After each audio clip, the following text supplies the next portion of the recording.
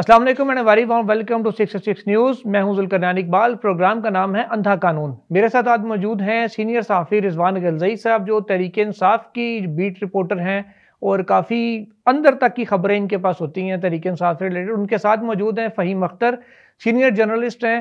Prime minister office हो, election commission हो, तहरीक इंसाफ हो या दीगर सियासी अमूर हो, बड़ी गहरी और अंदर की करीबी निगाह रखते हैं।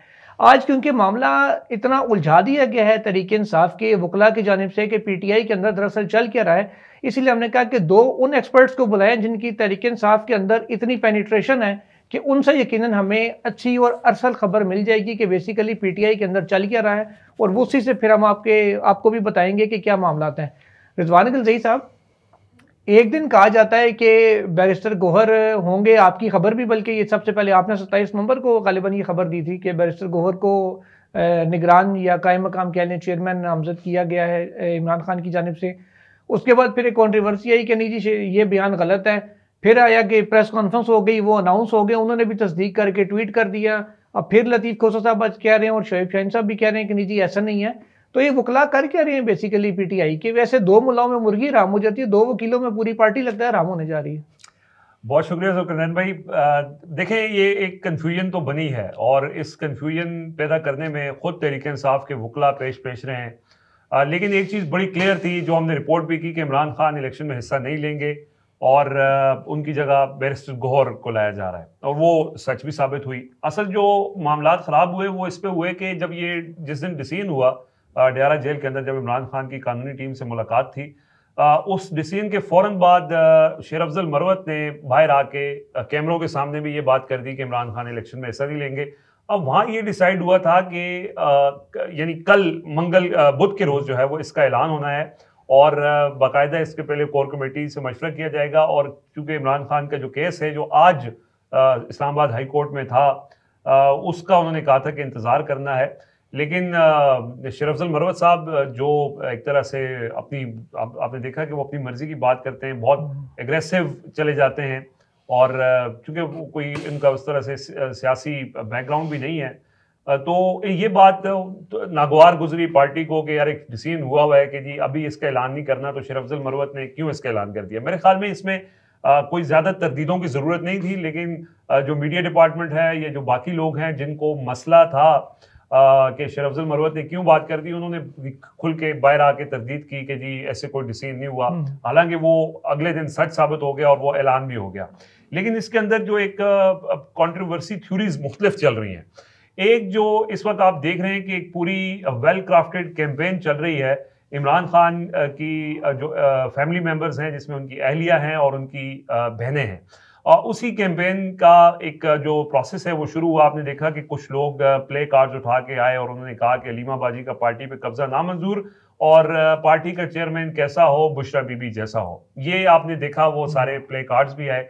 लोगों ने ये हर किसी के जहन में ये सवाल उठा कि ये कौन लोग हैं, कहाँ से आ गए, और ये डिबेट कहाँ से शुरू हो गई है कि जी अलीमा खान को पार्टी नहीं देनी और बुशरा बेगम को देनी है।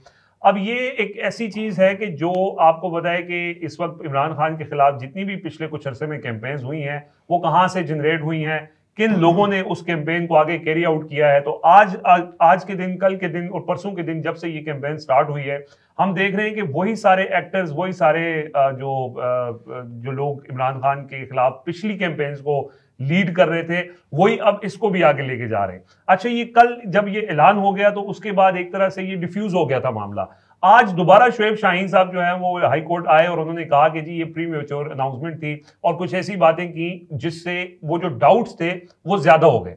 अब ये कहना गलत नहीं होगा कि इस वक्त तहरीक इंसाफ के जो वकला हैं वो दो हिस्सों में तकसीम है। एक हिस्सा बैरिस्टर अली जफर हैं, बैरिस्टर गौहर खान हैं, बैरिस्टर उमैर न्याजी हैं, और दूसरे हिस्से में शेर अफजल मरवत हैं, और दूसरे हिस्से में शोएब शाहीन हैं, पंजोता बरादरान हैं। ये जो बार बार डिनाई करते रहे।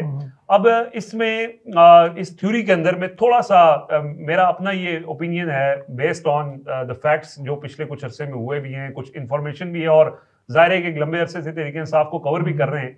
तो ये कहीं ना कहीं, और ये मैं शेर अफजल मरवत का कोई बड़ा फैन नहीं हूँ, हालांकि ये भी एक हकीकत है कि उन्होंने मुझे ट्विटर पे ब्लॉक किया हुआ है, लेकिन असल बात ये है कि वो जो बातें करते हैं ना, जज्बाती आदमी है, सारा कुछ है, लेकिन उनकी बातें दुरुस्त होती हैं। वो जो दिल में बात है वो कर देते हैं। इससे पहले उन्होंने तहरीक इंसाफ के लोगों को मुतनब्बे किया, वार्न किया, कुछ लोगों के हवाले से शुकूक व शुबहात उनको थे जिसको उन्होंने पब्लिकली इजहार भी किया। आपने देखा कि उस पर भी एक कंट्रोवर्सी बनी। तो ये उनकी बातें मुझे जो है वो सारी चीजें अपनी जगह पे हैं, लेकिन मुझे लगता है कि उनकी बातें किसी हद तक जो है आपकी नजर में उनकी बातों में दम है। तो अब जितनी कंट्रोवर्सी बन गई है फहीम अख्तर साहब, आपको लगता है सैटरडे वाला जो पीटीआई का इंट्रा पार्टी इलेक्शन है और जो खासकर गौहर साहब का निगरानी या कायम मकाम चेयरमैनी है वो होगी या बढ़ गई? वो तो ज़ाहिर है बढ़ने वाला जो सवाल है वो अगर शेर अफजल मरवा साहब से हम पूछते तो वो ज़्यादा बेहतर होता। लेकिन एक चीज़, सारा ये सवाल और सारी बात करने से पहले हमें एक चीज़ जहन में रखनी चाहिए कि इस वक्त तहरीक इंसाफ लीडर लेस जमात बनी हुई है। उनका लीडर लगभग 4 महीने से जेल के अंदर है। उनकी जो सीनियर लीडरशिप है, उसके बाद खान साहब के बाद जो सीनियर लीडरशिप है वो भी जेलों के अंदर है। लगभग 250-300 जो उनकी सेकंड और थर्ड टियर की लीडरशिप थी उसको या तो पार्टी से निकलवा दिया गया है या उनको सियासत उनकी छुड़वा कर दूसरी जमात के अंदर डलवा दिया गया है। अब 4th टियर की लीडरशिप है जुल्करनैन साहब। 4th टियर की लीडरशिप से आप ये एक्सपेक्ट करेंगे कि यार वो 15-20 साल वाली मैच्योर सियासत करे, पॉसिबल ही नहीं है। तो अभी जो लड़ाई या जो इश्यूज सामने आ रहे हैं, अगर आपके घर के अंदर भी जमीन या जायदाद का बंटवारा होता है ना, तो भाइयों के दरमियान लड़ाइयां शुरू हो जाती हैं। ये जो घरेलू और ख़ानदानी पॉलिटिक्स होती है ना, ये बड़ी अफसोसनाक होती है, बड़ी खौफनाक भी होती है। और खान साहब की जो जमात के ऊपर उनके जो बहनों और बहनोइयों के साथ लड़ाई चली है वो भी सबको पता है कि हफीजुल्लाह नियाजी साहब हों या बाकी लोग हों, हमारे सामने ये मामला होता रहा जब एक को टिकट नहीं दी गई थी, खान साहब की इनामुल्लाह नियाजी को टिकट नहीं मिली थी और उसके बाद वो पार्टी छोड़ के नून लीग के अंदर चले गए थे। तो मतलब ये कि वही बहनें उनके पास हैं। तो लड़ाई तो है, इश्यूज हैं। और जो आज जो एक ऑडियो भी सामने है जिसका जिक्र रिजवान भाई कर रहे थे, ये वही पार्टी को अपने यानी कि कंट्रोल हासिल करने की कोशिश की गई है। तो वकीलों के दरमियान भी ग्रुपिंग होती है, बार के इलेक्शंस आप खुद कवर करते रहे। अच्छा, ये इसमें बड़ी मैं इस हवाले से एक बात करना चाहूंगा फहीम कि बार में 2 ग्रुप हैं। एक हामिद खान साहब का ग्रुप है, हाँ। जिसकी आगे जो क़यादत कह लें कि या उसके जो लोग हैं वो शुएब शाहीन साहब एंड कंपनी है। दूसरा ग्रुप है आसमा जहांगीर ग्रुप, जो 2 ही बड़े ग्रुप हैं जिनमें बाहर का इलेक्शन होता है।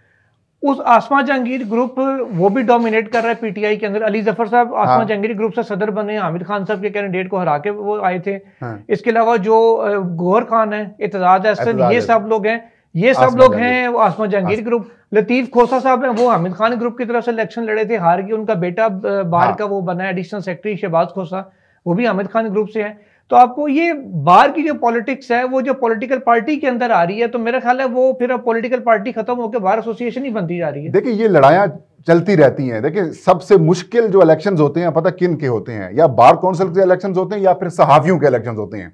जो जनरल इलेक्शंस होते हैं वो कदरे आसान होते हैं, पर इस बात इन हमारी दो सेगमेंट्स ऑफ सोसाइटीज है इन्होंने बाहर का जो इलेक्शन बनाया है ना। रिजवान ये बताइएगा कि अब मामला आ रहा है जनरल इलेक्शन का, उसमें होने हैं टिकट्स की डिस्ट्रीब्यूशन। खान साहब तो जैसे हालात लग रहा है कि बाहर तो नहीं आ सकते, क्योंकि जितने केस हैं किसी में भी गिरफ्तारी डाल के उन्होंने अंदर जाना, बाहर उनको नहीं आने दिया जाएगा, जो अभी तक हमें इतलात सामने आ रही हैं। खान साहब अंदर होंगे, मामला फिर टिकट्स की डिस्ट्रीब्यूशन के ऊपर आना है, और फिर इन्हीं वकला को जैसे हमारी इतला है कि मैदान में उतारा जा रहा है। सलमान अकरम राजा साहब हैं, वो भी आसमा जहांगीर ग्रुप से, ऑल दो कि वो एक कंट्रोवर्सी में नहीं पड़ रहे, वो जरा सोबर आदमी है, वो लाहौर से इलेक्शन लड़ने जा रहे हैं। इत्तेजाज साहब का बेटा लाहौर से इलेक्शन लड़ने जा रहा है, जो इतला मेरे तक पहुंची है, मुमकिन है गलत भी हो। लतीफ खोसा साहब खुद किस्मत आजमा रहे हैं, उनके बेटे शहबाज खोसा नहीं इलेक्शन लड़ रहे, एंड मुमकिन है सूबाई असम्बली का इलेक्शन खुर्रम लतीफ भी लड़ लें, कौमी असम्बली के लतीफ खोसा साहब आएंगे।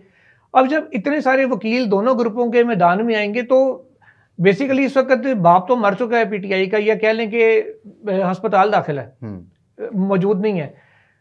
चाचे तय काफी ज्यादा हो तो औलाद बेचारी फटे में पड़ी रहती, चाचे पीछे जाना है कि तय पीछे जाना है, तो इलेक्शन कैंपेन का क्या बनेगा, उसमें भी ऐसी लड़ाई हम देखेंगे। देखें एक चीज बड़ी क्लियर है कि पीटीआई इमरान खान है और इमरान खान पीटीआई है, इसके अलावा बाकी सारी चीजें इररेलेवेंट है। अब जो इस वक्त इमरान खान जेल में है, वैसे तो उनको एक तरह से कैद किया हुआ है और सिस्टम से आउट किया हुआ है, लेकिन वो बहुत ज्यादा इन्वॉल्व हैं सारी चीजों के अंदर। अब बल्कि वो जैसे एक दफ़ा हाई कोर्ट आए थे तो मैंने इनसे पूछा था कि आपकी गिरफ्तारी की बात हो रही है, तो उन्होंने कहा मैं जेल जाके और ख़तरनाक हो जाऊंगा। वो जेल जाके इमरान खान के लिए मेरी नज़र में, और फहीम भाई और आप भी शायद इससे एग्री करेंगे, कि ये उनके लिए एक ब्लेसिंग इन डिस्गाइज इस तरह से है कि उनको एक बहुत टाइम मिलता है बात वहाँ सोचने का भी, और वो स्टडी भी बहुत करते हैं। तो वो इस वक्त अभी जो हमारे ज़राए हैं, जो वकला के अंदर जो लोग उनसे मिल के आते हैं, वो ये बताते हैं कि अब इमरान खान का सारा फोकस जो है वो अगले इलेक्शन के ऊपर हो गया है। अब वो हर चीज़ को खुद देख रहे हैं, खुद उनको इंफॉर्मेशन जो है वो ले रहे हैं और उसके मुताबिक वो डिसीजंस कर रहे हैं। अब ये जो उन्होंने बैरिस्टर गौहर को नॉमिनेट किया है, ये एक अहम वजह इसकी ये भी है कि वो ये चाहते थे कि कोई ऐसा शख्स हो जिसके अपने पर्सनल कोई ज़्यादा एम्बिशंस ना हो, और जो वो बात इमरान खान करें उसी को एज इट इज़ इम्प्लीमेंट करवा दें, और उसके लिए वो उनके बाएतमाद साथी के तौर पर जिस तरह हमने देखा कि जुडिशल कॉम्प्लेक्स में एक वीडियो कल से चल भी रही है कि जब उनके इमरान खान की हाजिरी के साइन लगवाने थे जिस दिन बहुत ज्यादा वहां पे जी हो रहा था, तो बैरिस्टर गौहर एक तरह से जान पे खेल के आए, और उनका वो जो जज्बा था में जब हमसे खड़ा नहीं हुआ जा रहा था, बिल्कुल। तो और ये प्रॉबेबली ये एक बड़ी रीजन थी, क्योंकि इमरान खान जो है वो हमेशा जब भी सिलेक्शन की बात आती है तो वो उसमें टैलेंट से ज्यादा उस शख्स के अंदर जुनून देखते हैं। मैन ऑफ द क्राइसिस कह सकते हैं आप उसे, और दूसरी बात मुश्किल वक्त में खान के साथ है जी, और उसने डिलीवर किया। इलेक्शन कमीशन में केसेस हो, बाकी जगहों पे हो, एक क्वालिटी ये भी है जो मेरी नजर में खान साहब ने भी सोचा होगा कि वो शायद इस पूरी वकला टीम में से उन लोगों में से हैं कि जो पहले किसी पॉलिटिकल पार्टी का हिस्सा नहीं रहे, उनकी नहीं बराह रास्त उनकी पहली जो पॉलिटिकल में शमूलियत है ना वो है, क्योंकि एतजाज साहब के जो एसोसिएट हैं वो पीपल्स पार्टी में भी इन रहे हैं, उनके साथ भी करीबी रवाबित रहे, सबके साथ रहे, थोड़ी सी पॉलिटिक्स को जानते जरूर है, लेकिन बाज़ाब्ता सियासत जो है ना उन्होंने पीटीआई से आके आगाज किया। उनकी ये पहली जमात है, शायद ये भी एक रीजन हो उनकी कि बाकी तो कहीं ना कहीं अटैच रही हैं। अच्छा, अब ये अगली कंट्रोवर्सी पे आते हैं। आज जो एक ऑडियो आई थी, ये अब HBO बंद करके रात 12 बजे जो HBO पहले कुछ दिन पहले चलाया था वो बंद करके अब स्टार प्लस शुरू कर दिए कि नहीं उसकी व्यूअरशिप सही नहीं है। HBO में नहीं बल्कि आप उसको कोई और हब का नाम दे दें, MM2 कह दें, जो रात को सुबह उठ के को अजानों के बाद कई बाबे देखते होते थे, फिर थोड़ो के मरते थे, लोग कहते नेक रुआ अजानों ने टाइम निकली, करतूत की सण नहीं पता। तो ये बड़ी बदकिस्मती है जुल्करनैन साहब, बहुत बड़ी बदकिस्मती है। बतौर एक मैं पाकिस्तान के एक सोसाइटी का एक मेंबर के तौर पर कहता हूँ कि हमारी अखलाकियात तबाह करके रख दी है इन्होंने।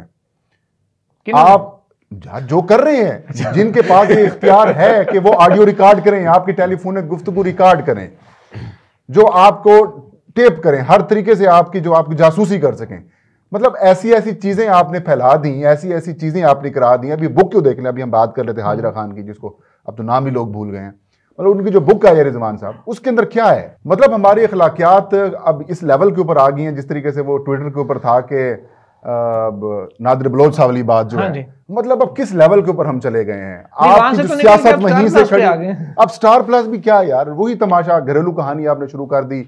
हर सियासी जमात के अंदर इश्यूज सामने आते हैं, होते हैं, और एक क्लाइंट की गुफ्तगू आपने डाल दी, वो इस बात को शो करने के लिए कि बुशरा बीबी सियासत या पार्टी के ऊपर टेक ओवर करना चाहती थी, अलीमा खान खुद चाहती थी, और बीच में इमरान खान साहब ने बैरिस्टर गौहर को लगा दिया। बेरजरर किस्म का आदमी है बैरिस्टर गौहर, और ये बहुत अच्छी चॉइस है मौजूदा सर्कमस्टेंसेज में। अगर आप इलेक्शन कमीशन ऑफ पाकिस्तान की शरारत को देखें कि जिस तरीके से उन्होंने -1 यानी कि माइनस इमरान खान की जो पूरी सहूलत फराहम कर दी, आज तक किसी सियासी जमात की इंटर पार्टी इलेक्शंस को इतना बारीक बीनी से जुल्करनैन साहब नहीं देखा गया।